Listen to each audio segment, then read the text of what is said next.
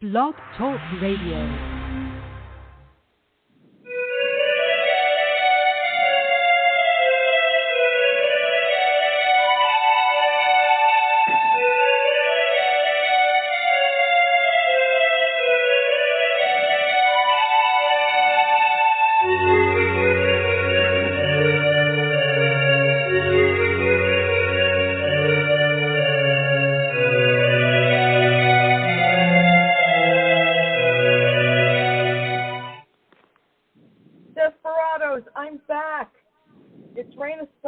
Desperate House Witches, welcome to it. I'm so excited. I haven't had a Friday show in more than a minute.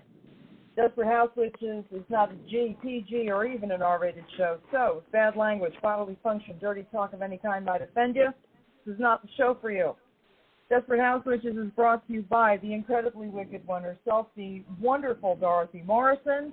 Please check out wickedwitchstudios.com. She has resolved any issues with the special limited edition Halloween candles, oils, and sprays, and those sugar skull coffin boxes. Get them while you can. We can still get the candles and the oils. So excited. So check out the social media links on Facebook for wickedwitchstudios.com. Okay, I have not spoken to this wonderful human being in what feels like years. But I love him, and he's back. It's the Asterian Astrologer himself, Jade Sol Luna. Hello, my dear friend.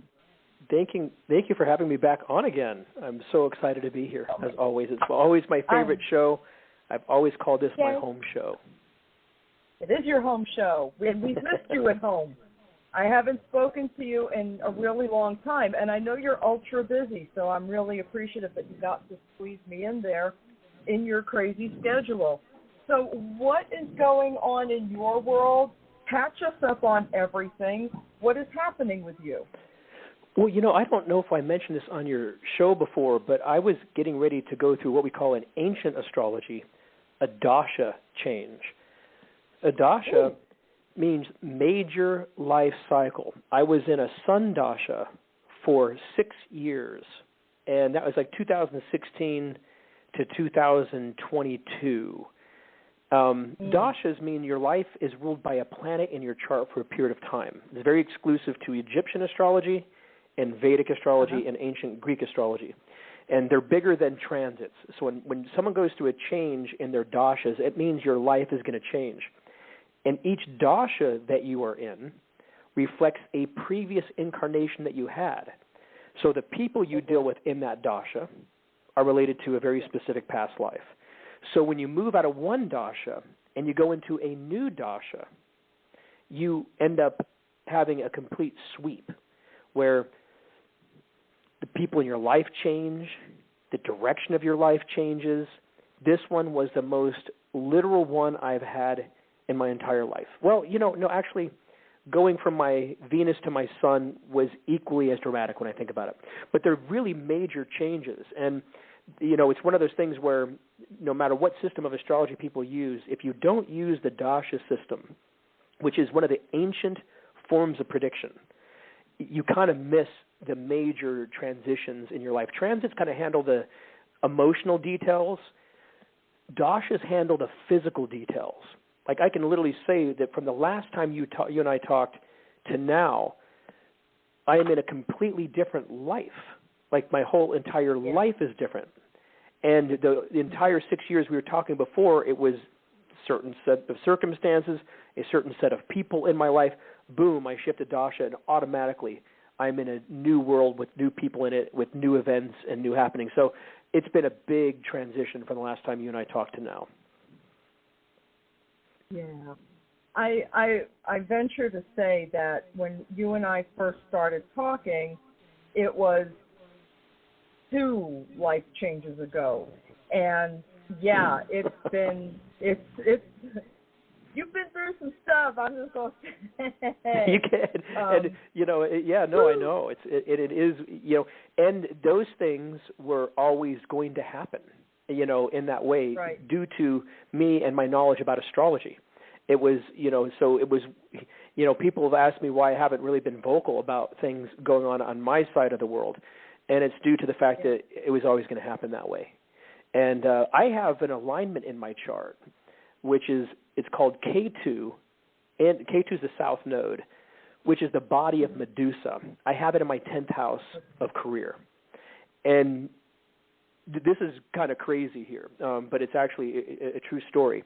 When I lived in India, and my first astrology guru was looking at my chart, he said, you have K2 in the 10th house. K2 is a planet that is malefic.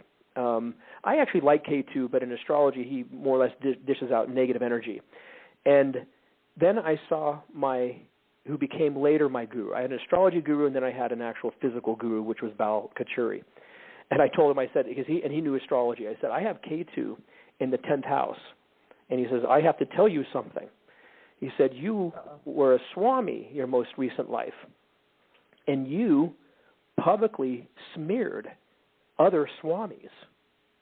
He said, if you saw a Swami you didn't like, because you were so popular as a Swami, if you said, don't go to Swami so-and-so, he uses black magic to actually win over his disciples and things like that, it would be a news story. And he said, so you have negative karma in this life where you have to deal with your name being smeared publicly. Okay, so if you go Google Jade Sol Luna, there's a bunch of bad stuff that comes out about me being a guru, a false guru, or someone that actually is manipulating celebrities and all these other various things. So he told me very specifically in the 90s, he said, if someone decides to try to publicly smear you, which is all going to be false, I have the South Node, it's the planet of delusion, in the 10th house of career, and the stuff about me, about Jade Sol Luna, isn't accurate. None of it is. It's just complete fabrications and lies. He said, you have to let that go, and you have to let that be. That is karmic exchange from a previous life. He knew, my guru knew, that I was going to go through phases in my life where my name would be smeared publicly.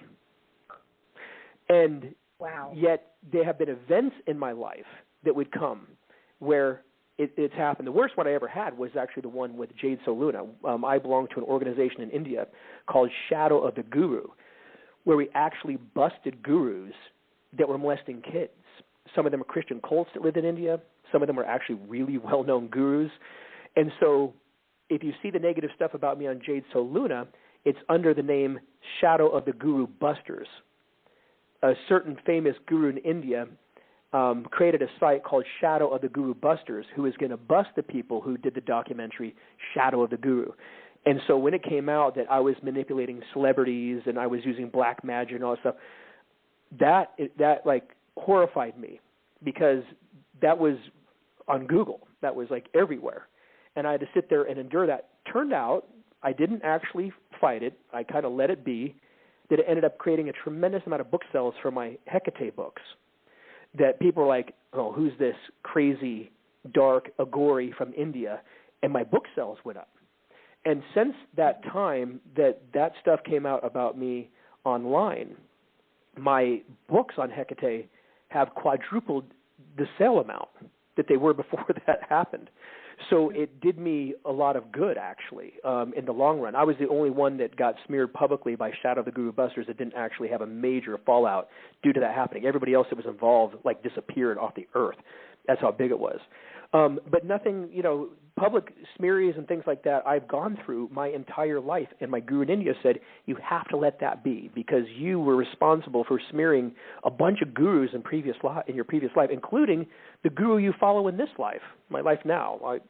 My guru is Bhau and Meher Baba. I publicly smeared my guru in my last life.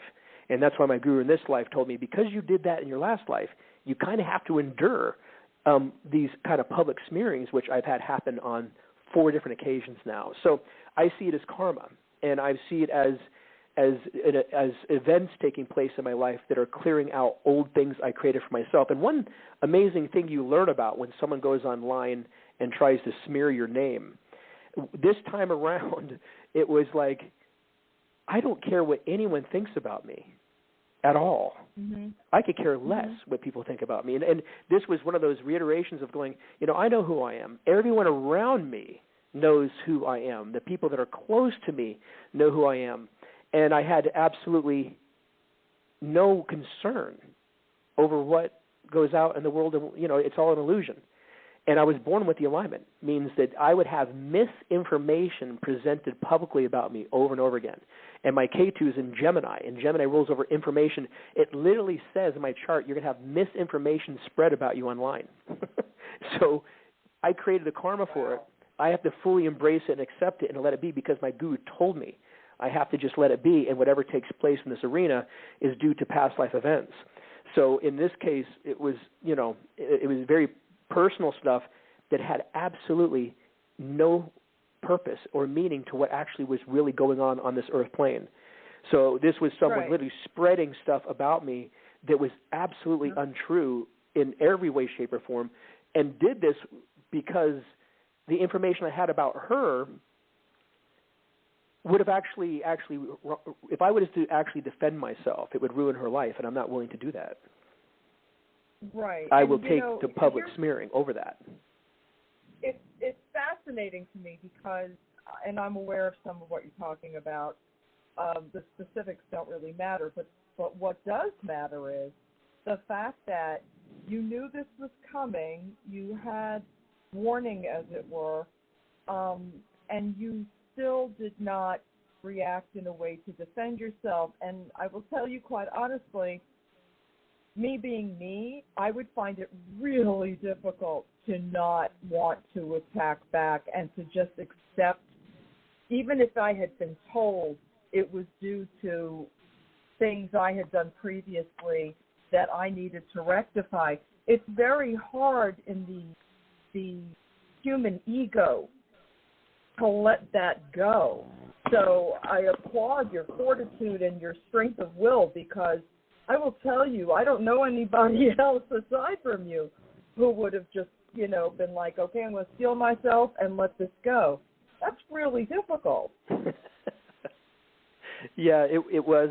But, there is the internal strength inside of me that was acted out in a way of going, how interesting. I don't give a fuck about what people think about me. I don't even care if it's the worst case scenario. It's not true. Yeah. And here's another truth to this whole thing. I can respond and react, or I can let Hecate respond and react. And trust me, she has. The person is silent right now because of the events that are going on in that person's world that I know are Hecate induced. So if this is, it's a short story in India, where they're like, you can respond or you can let the universe respond for you. This was so unjust. It was so untrue. Like the things that were said about me as Jade Sol Luna online, some of that was actually true. They took truths and actually made me like a bad guy out of things that were actually true. Like I'll give you an example to people that are listening to this. If you Google Jade Sol Luna, there's a site called Shadow of the Guru Busters that literally calls me a charlatan that steals money from celebrities. Okay, I do work with celebrities, and I am, and they talked about my businesses and the way that I run it, and there are things that were there that were true. They just kind of twisted those truths. In this case, nothing was real, like none of it, not including falsifying messages, like messages that were sent to other people, putting my name. I was like, it was so untrue that I had to, because of knowing my own astrology chart, let it kind of unravel. And I knew Hecate was going to respond. And I knew that, that's an actual real truth, that I don't have to use magic. I do like magic, and I do use it, so that's just being genuine. But I don't have to. She will respond for me. Like if someone tries to attack me with magic, they're actually in trouble unless I've actually created the karma for that experience to happen. So in this case, I'm like, I was sitting down in front of my Antonia statue of Hecate, just going, what do we do about this? This is someone that's actually trying to demonize me as quickly as possible, so I don't say, when it comes time for me to speak what is actually real, that maybe people won't listen to me because of what this person has said, try to defame me, so I don't respond to the truth. That was really what's going on there, because the truth could actually ruin that person's life. And I'm still unwilling to do that, because I still believe I have a karmic tie to that person from a previous incarnation. I do believe she was a daughter of mine in a previous life, and I do believe that that some of the anger that's underneath this has nothing to do with the world that we are living in now. It's another experience we had. So I am aware of all kinds of things like that. But I also knew that Hecate was going to wait until a certain amount of karma was cleared that I'd created for myself and from previous lives, and then I knew she was going to respond, and she has. Yeah. And so it's crickets, and it's going to be that way for a while. I do believe this is going to start up again at one point, but there are things in life, and this is the kind of message of it, where you kind of have to let the mother respond for you. You have to let her be able to do what she does. Yeah, I totally agree. And, just as a side note, I was kind of whispery brought into it a little bit with some accusations against my character, and I'm like, this person and I don't really intersect, so I'm going to just let that go. And, I honestly, after we had spoken about it previously, I didn't react to the thoughts, the whispers, the whatever it was, because it all stopped for me. But to me, it was just like, it was a passing thought that perhaps I was involved in some kind of harm. And I have to tell folks, I find that one of the greatest sins that our kind commit against each other is the whisper campaign of using magic to harm. That's not necessary. Only in extreme self-defense and having exhausted any karmic debts or issues, I would never use magic to hurt anyone. And I have been accused of it. And I find it to be probably the most insane insult and perhaps the most dangerous insult that our kind can hurl at one another. So I would caution folks, before you make an accusation that someone has used magic against you, please be really careful and very certain, because unsubstantiated accusations will come to bite you in the ass, I promise you. Just saying. Yeah, and that's the first thing you learned in Agori. You've heard that, you've already heard in Wicca even, what you do comes back to you threefold. That's true. All of that, I've even experienced it, when I was younger. I'm very conscious, like magic is used in my home on myself. I literally will, when I work on the spells that I used to work on in India, and I'll try to translate them into Latin now. That's kind of the work that I've been doing for 20 years now. I put them on myself to see if they work. Some of them don't work at all, but the ones that actually work, I put in my Book of Shadows. And I am still to this day trying new stuff like that all the time, but I just work it out on my own. But I did do a protective spell on myself when I lived in India before I wrote my first book on Hecate. I did a spell to protect myself from anyone. It reverses all spells against me. It was a 40-day chant where I had to chant 1,000 times for 40 days. And so if someone attempts to try to use magic on me, it's literally reversed onto their life. And, there was one person, I will not even get involved. I'll personally tell you the name of the person on our own. I won't mention it because she's well known. But she did try to attack me with magic. It was in 2016. And I knew because an evil eye showed up right in front of my face when I was traveling. And I knew that someone was trying to send magic to me. And I know why they were sending it. They were very upset about me starting to have some type of recognition in the Hecate world, and she wanted to stop it. And so she put a spell on me, and it reversed. And when it started to affect her life, I saw what she started posting publicly. I actually worked on creating a spell to stop it. So I was stopping the magic from coming back to her that she had created because it was going to harm her marriage, and it did. And it ended it, actually. And I knew that right away it was due to the damage she was trying to bring to me, swinging back into her world. So I was literally trying to create spells to stop the spell I had created to protect myself from it actually harming her life, and it was too late. So truth matter is, though, Hecate is a mama bear personality, and I've experienced her being highly protective over me. Some of the things have to happen because I've created karma for this stuff in a previous life, and I even went back and read a newspaper article from India in 1960 of me doing it to my actual guru, of publicly smearing him and basically saying he was using black magic to steal my disciples, because they were all leaving me to go to him, and it turns out I'm his disciple in this life. But I actually read the article online, the newspaper article, about how I was calling him out for being this really negative person in other people's lives. I saw that while this person was posting stuff on me online, and I'm like, oh, wow, how weird is it that here's that article, and here's this going on, and this is now the third time in a row. And some things we have to deal with. We can't have perfect karma, because we've done things in previous incarnations to create the things that we're experiencing now, and we have to take responsibility. And in most of these cases, I do take responsibility for it. What about folks, Jade, who are not, you're very aware, through your studies, through your travel, you're very aware of your karma, you're very aware of the things that you are rectifying in this particular existence on this plane. What about folks who do not have the benefit of that? How do they figure out their karma? How do they rectify or begin to search for the answers to why their lives are the way they are? And that is an awesome question, and that comes from doing what we call real shadow work. Real shadow work means that there's just the universe you're in. Like, you are an aspect of my universe.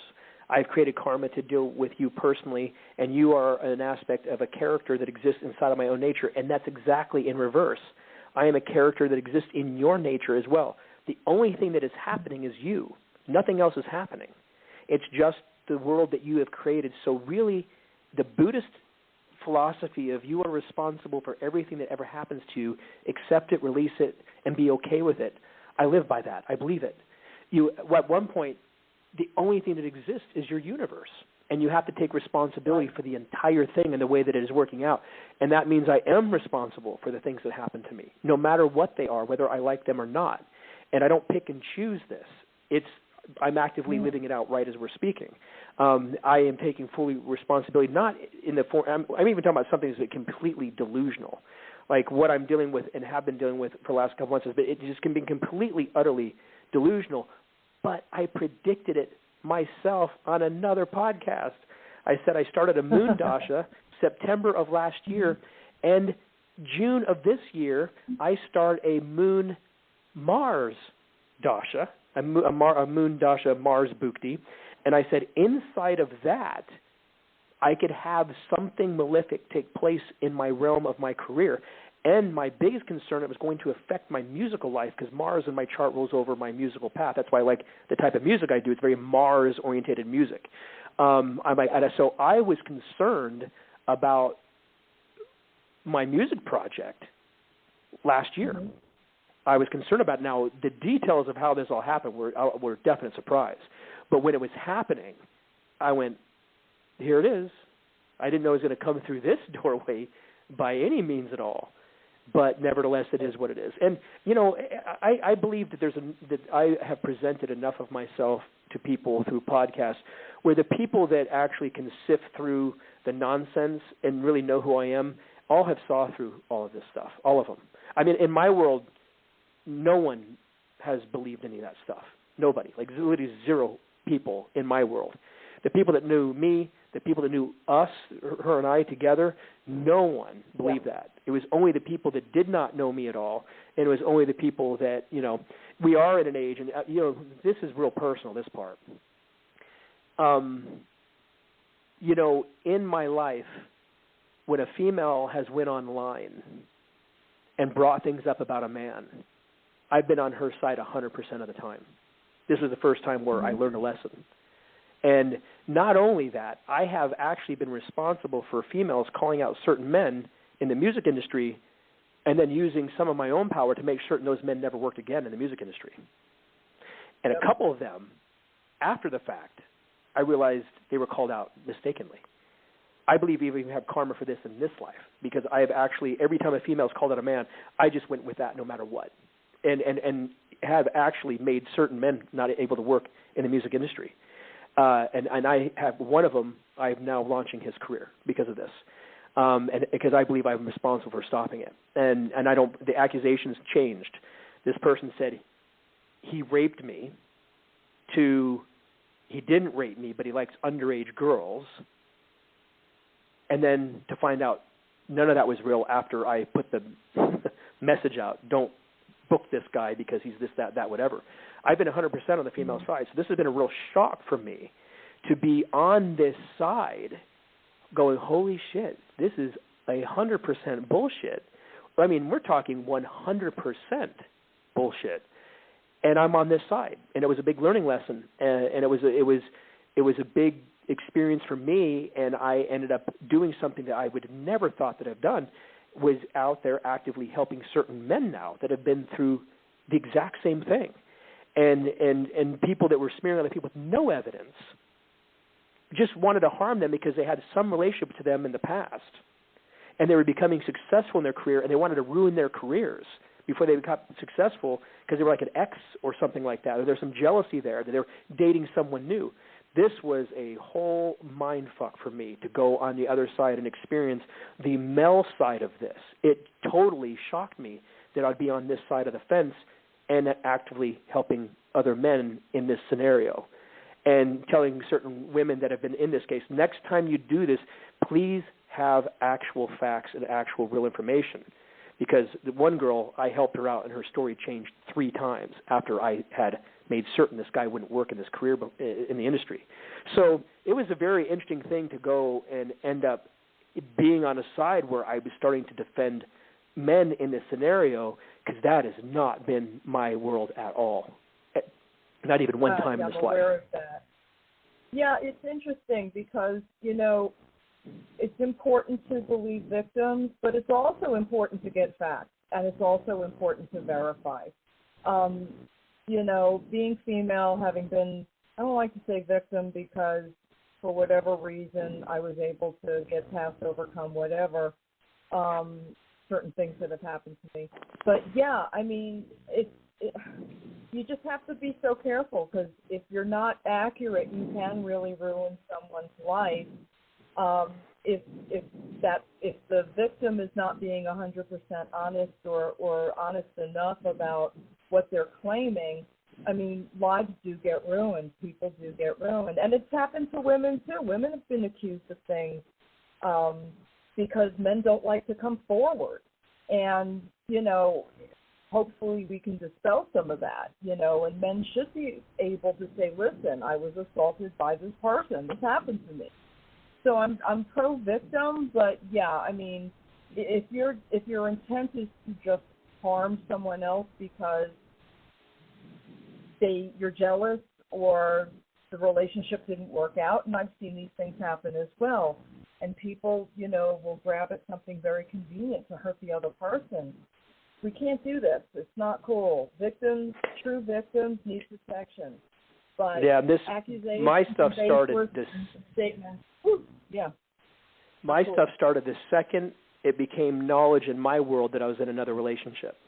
The second it was mentioned, it started that day.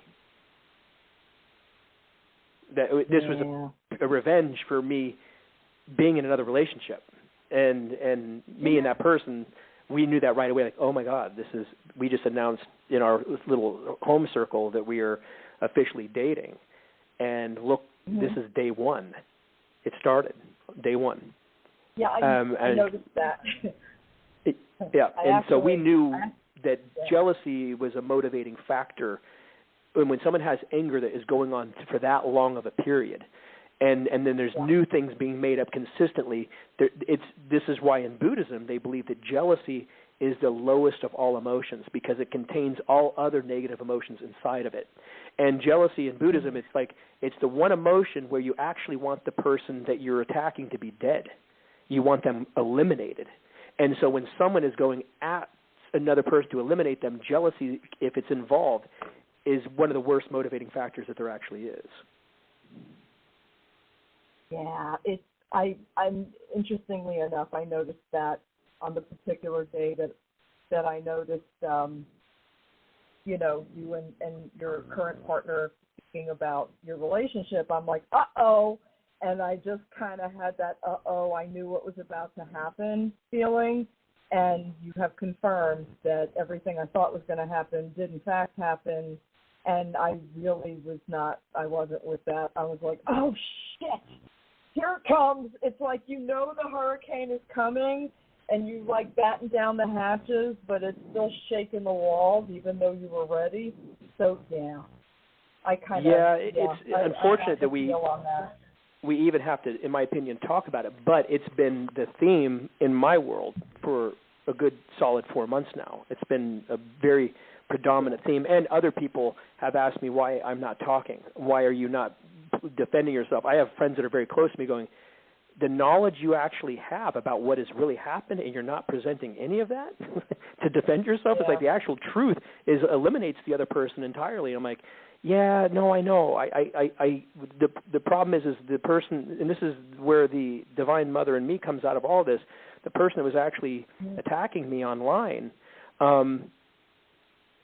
you know, it's really hard to explain. I still have a maternal feeling towards that person. I know, and it makes me nuts because I had said to you, really, this doesn't need to continue, and you were like, no, I can't do what you're suggesting I do, because I suggested you spend yourself, and you refused flatly, repeatedly, as a matter of fact. You were like, no, I can't, and I was just not understanding at that time that this was your feeling, and there was other things at play. My thought was, oh my gosh, my friend needs protection, and you were absolutely like, nope, not doing it. The truth actually would have put that person, the truth would have put the person on the streets. She was building a new life with another person, and the actual truth would have put her on the streets, and I couldn't do it. Yeah. Well. And still to this day, I'm like, I'll take a public beating, even though not a shred of truth is involved in any of this stuff, as opposed to actually harm a person's life to that extent. That I also do know, she has autism, and so when there's a focus, that focus just it's relentless. It doesn't change, and so it was a very unfortunate event, and I still am sad over it. I'm not angry. I don't wake up angry over this. There's not a single day I woke up angry at this person. I woke up really sad that the person is that upset over the decisions I've made in my life to move forward in this way when this person moved on like a long, long time ago. So it was one of those things that was just kind of really, it still saddens me, although at the same time, here's another factor of all this, is where when things like this come into play, I like the life I have a lot more now. And this stuff has been a catalyst to push me deeper into a life that I'm actually enjoying a lot more. So it's one of these things where, it's like a thorn to remove a thorn. That's a statement in anywhere. Like one bad situation it takes place to actually move you into a better situation. And, and that's where I was watching. There were just things going on personally in my life right now that would not be going on if none of this was happening. And because I like this, I like where certain things are heading in my life, it's really hard for me to be mad going, well, if this stuff didn't happen, I wouldn't be doing the things I'm doing right now, and I'm kind of liking where my life is going. It's getting me there. What's happening now is much closer to where I'm at in myself than the previous situation was. And so that is a part of all of it too, and without these events, I wouldn't be here. And I tell people to look at the bigger picture when it comes to these scenarios. It's like, if you're happy with where you are at now, there's nothing to be angry about, ever. You're only angry if you're unhappy with where you're at. And so in this case, I liked where my life was evolving and how it was growing, so it was hard to be mad at some of the situations too, because my life was evolving. The only thing was out there that was potentially being harmed was certain people's opinion about me. And it was, again, one of these factors of going, man, how shocking. I don't care what anyone thinks about me. I don't care if it's the lowest kind of thing that you could possibly imagine. People around me know who I am, and everyone that I know for the last 10 years, personally, no one bought any of that stuff, not a single person. And the people there was a couple of people, interesting to note, that did go on the other person's side, and they were people that were jealous of me in general, whether it was through spirituality. I had a couple of those people that had this like envy of me and what I do spiritually, so they were waiting for something like this to happen so they could say, now I can feel this way about him. I had a few of those. And that was expecting. I think that, and there was one person that was actually kind of close to me that had always had this type of envy towards me spiritually, that was just like in love with this scenario, because they can say, well, I'm going to take her side. They eventually left her side, actually recently. But it was, there were those people that are eager to actually be involved in something against you because they themselves have a jealousy towards you and who you are and what you do. And there were a few of those, but spaces like this just clear out the people that are not really tied to you karmically. Because we're I was accused of things. I've never raised a hand on a female. I've never put a female in fear in my entire life, ever. Like ever. Mm-hmm. Like there's never been a female in my life that's been in fear. And when this stuff came out, every ex-girlfriend I had wanted to come out and defend me. Every single one, because I'm really close to my exes. They're like, Jade, you've never even showed that for like a day, what she's saying. And they're like, please let me. And I'm like, no, let it go. Everyone that knows me knows me. The only people that are upset over this or taking her side are people who have like a natural envy towards me that's just always been there, or people I don't need in my life anyways. So, truth comes out through ugly means sometimes.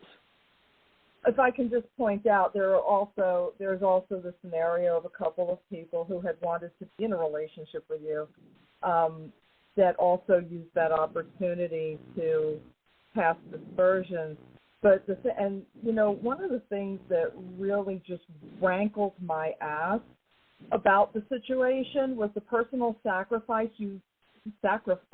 multiple sacrifices you made during that period of time in your life, not just of emotional capital, but actual financial capital,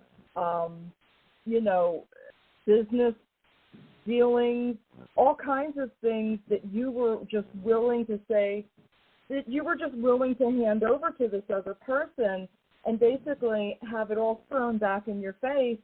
Obviously, I'm not going to go into details because I'm privy to a lot of stuff that we're just not going to talk about, but it's so disheartening to have seen what was going on, knowing that you had made so many sacrifices in every conceivable way. So, it's suckage, and really just not a great feeling for someone who cares about you and someone who's known you for over a decade now.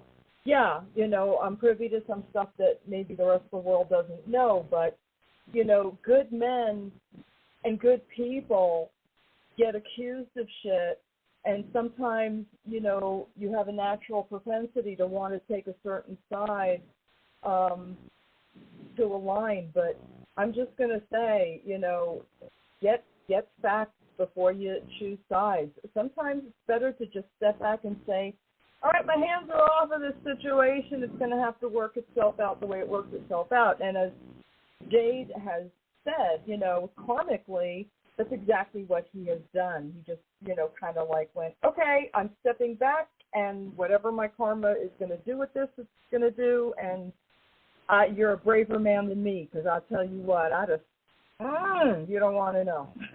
Because karmically, I am not that good. I am just one of my friends here was a lawyer.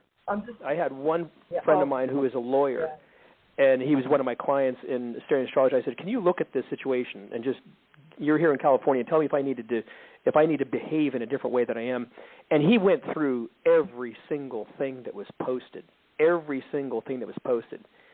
he said to me openly, he said, you can tell that this is batshit crazy. You can tell. Mm-hmm. He said, and including the evidence that is posted, like the actual messages between you two, which some of them were falsified, by the way, but even the ones that were there, all of it, he said, I found myself agreeing with you with the posts she was making. And he said the only thing that was said that became really damaging was the way she was trying to word it. He goes, she was trying to create a belief in your mind that this is what he meant, but when I cleared out her words and just read what was there, he goes, you were just telling her to leave you alone. And that if she kept attacking you, you were going to actually make some changes, which you ended up making. He said the funniest thing, he says, you didn't even use profanity in those texts. And he goes, those were disagreements that she was trying to pivot as abusive. And he goes, I just looked at the evidence, and he goes, my advice is to take the path you've taken, is to let it go, because I don't see comments showing up with your new project. I don't see people trying to cancel your new project. He goes, people are watching this out of pure entertainment, and he said the only people that are going to get anything from what she's saying are people that actually just want to take her side anyways, without facts or any opinions. They just want to be on that side because they might be angry at you for one thing or the other. And I said, that's what's happening. It's clearing out all these people that I had an envy, a jealousy, and a couple other females that were hoping when I was single, that other scenarios were going to happen with them. They ended up kind of getting involved too. But everybody in my world read those things and was like, that's crazy. What the things are saying are insane. Yeah. Yeah. And he said, leave it go. He goes, take the path you're on, leave it alone. He said, if you're getting comments on your new pages and people are out there talking about canceling, that's one thing. But he goes, we're not talking about physical abuse. We're not talking about sexual abuse. We are talking about what? What are we talking about? I don't even know. And literally said, you were financially abusive. He said, this is what she said. He goes, she called you financially abusive because you took care of her life 100%. You did. Yeah. She goes, she actually said that. She goes, so basically it was like she came into your world and you said, hey, you don't have to do anything if you don't want to. Just focus on art. He goes, she called that abusive. I'm like, yeah, I know. What do I do? He goes, nothing. A lot of us would like that scenario. A lot of us would like just another person to be in our lives to say, guess what? I will handle all of your financial responsibilities, and you can focus on doing what you love the most in life. Wow. What a mean guy you are. Yeah, no, I know. And the last thing I'm going to say, and then we'll move on from it and talk about some interesting things going on, is that I met her this way. She was publicly smearing her ex-boyfriend, who I went and stole her literally from what I thought was an incredibly abusive situation, moved her into my house away from the guy that she was with before. While she was living with me, I found out that nothing she was saying was true and about the guy. And everyone in the circle that knew her before, and a few of them, everyone in her circle that knew her before I knew her warned me she was going to do this to me. So that part, those people, by the way, want to defend me right now, people that have known her longer than I've known her. They all want, and that could actually happen. The next stage of this, she goes one stage further. Her ex, who she did this to, is going to be speaking, and so are all the people who knew her before I did, who said, Jade, we warned you. She was going to do this to you. Once you got to a certain stage and status, the one person said, I believe she's going to actually publicly harm you and try to go to another relationship. That's exactly what she did. I still didn't care. I could say I believe that was true because she did that. That's how I met her. I didn't personally care.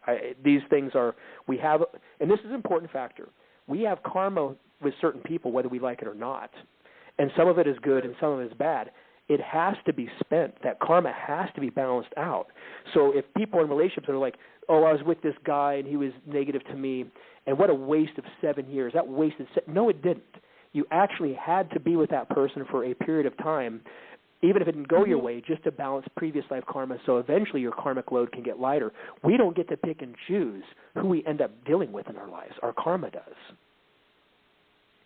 Can I ask you a question? Obviously I can, because I'm about to. That was a question right there. So when some of us who feel like we need some extra help along the lines of antidepressants and things of that nature, is that something we should actually be, not that I am suggesting this for anybody but me, because I've known Jade long enough and we've experienced each other in a sense where he knows who I am. So I'm only going, actually, I need to just direct this at me. Is this stuff I should be working out karmically, or is it okay for me to take the assist with meds? This is only a question for awesome me, not question. for anybody else listening. It was asked directly to my guru by someone right in front of me. And he said some things are medical. And my guru had a belief that Western medicine and Ayurveda together was the best medicine on earth. He overcame cancer through Western medicine and Ayurveda together. So he was not just from the Indian mind stance. He had both opinions. So he told this girl, he said, there are certain mind afflictions that can be adjusted through medication. He said, but the emotions that you are numbing have to be dealt with. And he said, I don't tell people to not take medications. He said, but do know the emotions you are not choosing to deal with at this time, you will end up eventually having to deal with at one point or the other in your life. So why not just deal with them now as opposed to having to deal with them in another life? That was his take on that. He said, I'm not against it. Go ahead and do it. But whatever you're not experiencing now because of those meds, you will actually experience in the future. And he said, if you're in a consciously awake life where you are a spiritually functioning being, he goes, I don't love these things for you unless something is sincerely medical. He said, if it's very medical and it helps you balance out your energy, go for it. But if it's just to repress emotions you don't feel like dealing with, I'm not for it. That was his answer. And that's an interesting answer because there are certain aspects in life that I've gone through where I needed some assistance and then I stopped because the crisis point passed. And now I'm in sort of another, not really crisis point because there have been events that have changed my perspective on what actually is a crisis.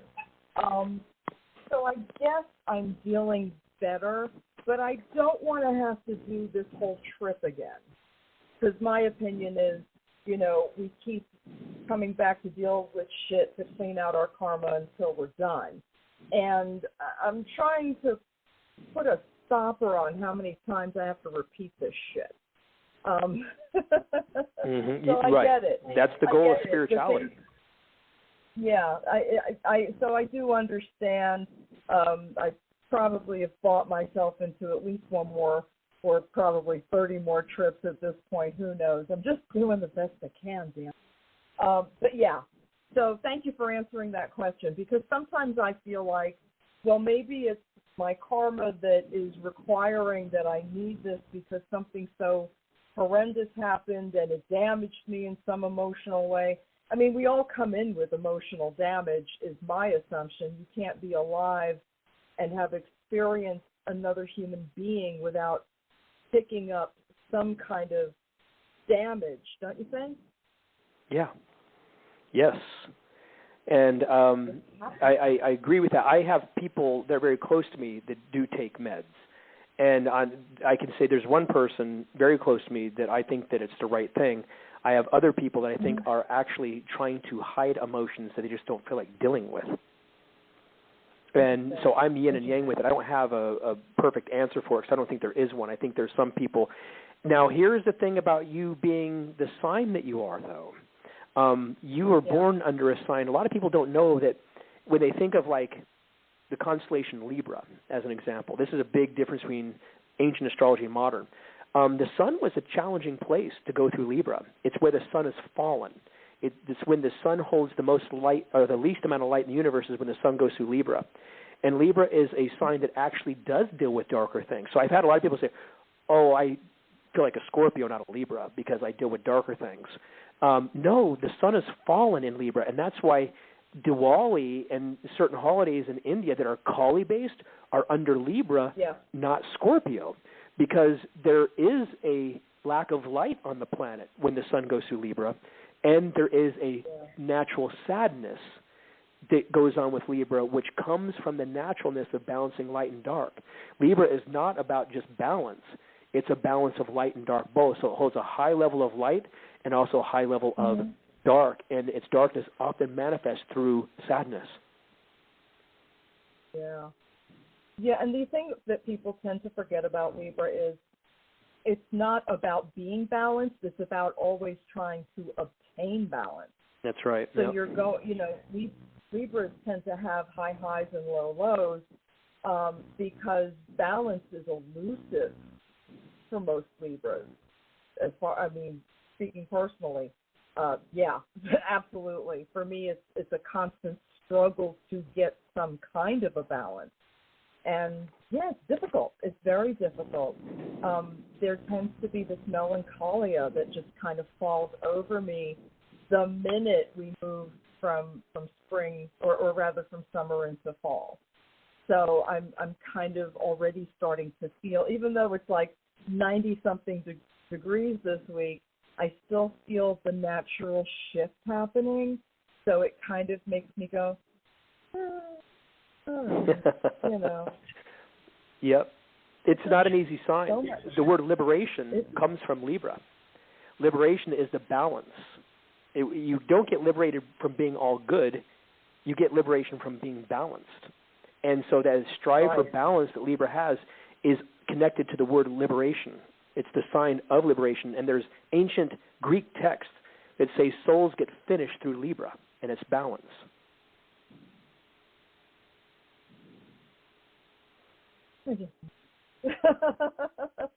Still working on the balancing. I will probably work on balancing until I drop this body and go on to the next situation, such as it will be. Yeah, this has just been such an interesting life for me. You know, I'm so glad you showed up in it, because a lot of the things that had given me cause of great fear, death, other people, you know, you spoke to me and worked with me about certain aspects and gave me such a sense of peace about death that I think a lot of people need to hear about from you, to kind of alleviate that fear of death that I think a lot of us are just born with. Can you address that a little bit? Yeah, well, you know, we have to have the veil of the death experience.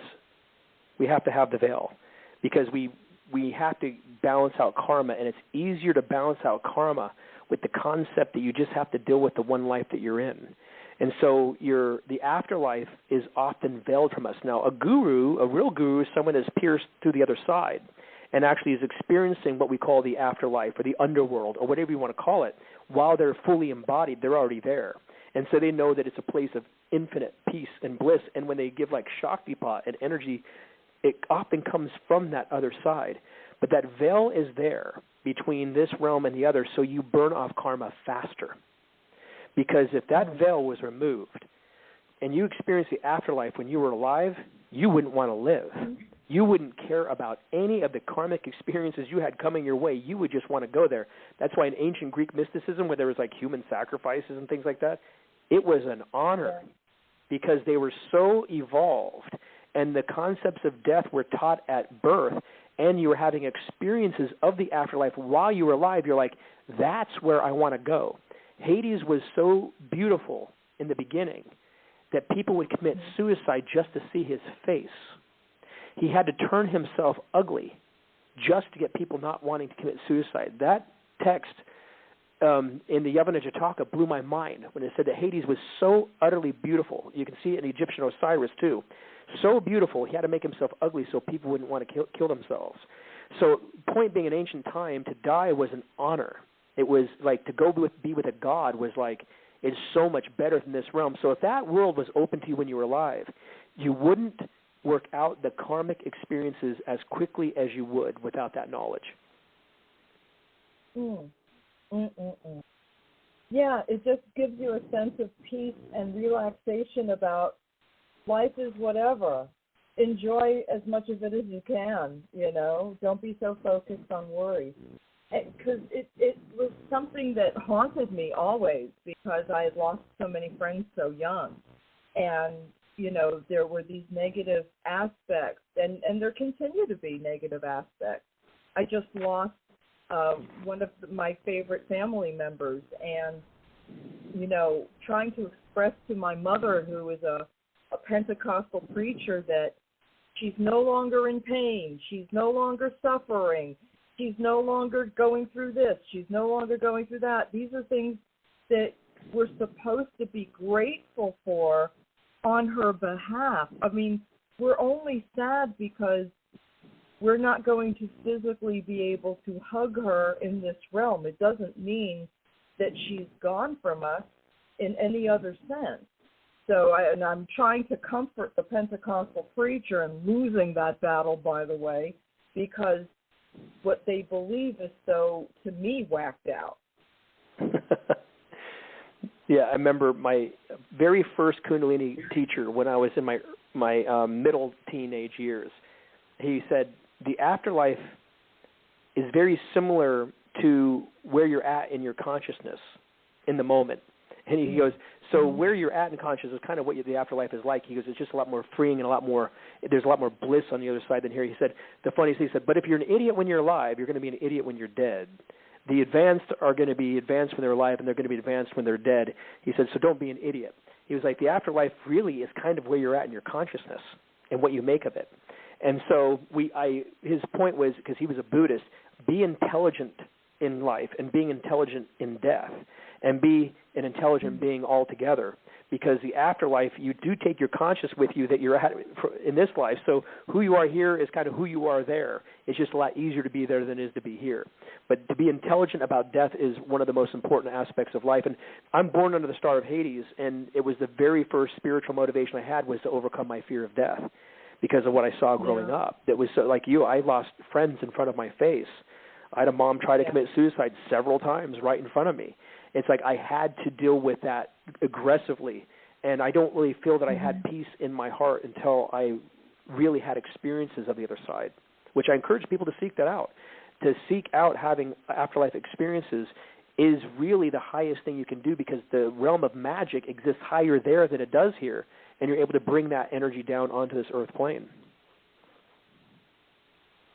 Wow, we could probably spend another hour talking about how to do that. Mantra is my recommendation for that. Mantra? Okay. Oh, very mantra, good. chanting. Mantra, the chanting of mantras. Yep. Ah, very good. Anything folks should go to specifically?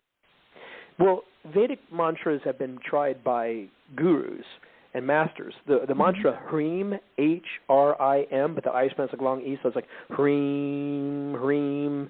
That particular mantra is supposed to bring down the energy from the afterlife into your personal life. I'm referring to positive energy, like light. Hrim is a mantra I pass out a lot to people who want to focus on the positive side of death and dying.